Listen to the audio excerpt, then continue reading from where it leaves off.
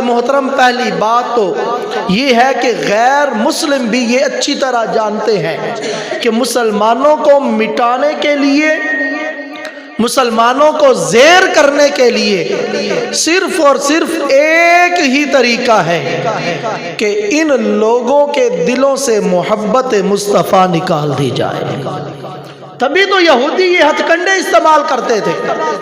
ان کو بھی پتا ہے کہ جب یہ محبت دل سے نکل گئی تو پھر مسلمان نام کے مسلمان رہ جائیں گے، اندر سے بالکل کھوکھلے ہو جائیں گے۔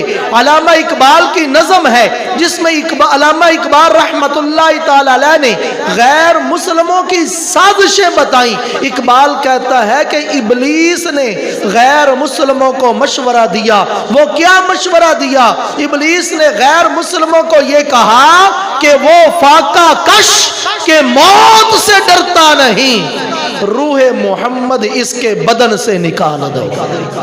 اقبال نے یہ کہا کہ شیطان نے ان کافروں یہودیوں کو یہ مشورہ دیا ہے کہ یہ لوگ، یہ جو مسلمان ہیں، ان پر غربت آئے یہ پھر بھی اسلام پر ثابت قدم رہتے ہیں، ان پر مصیبتیں آ جائیں یہ تب بھی اسلام پر ثابت قدم رہتے ہیں، انہیں موت سے بھی ڈرایا نہیں جا سکتا۔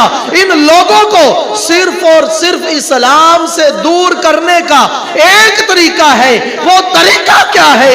فرمایا کہ مسلمانوں کے دلوں سے محبت رسول ختم کر دی جائے۔ بجھی عشق کی آگ اندھیر ہے، مسلمان نہیں یہ راکھ کا ڈھیر ہے، لہذا یہ عشق کی شمع جب سینوں سے بجھ جائے گی تو کہنے لگا کہ مسلمان خود بخود مسلمان نہیں رہے گا، یہ راکھ کا ڈھیر بن جائے گا۔ حضرات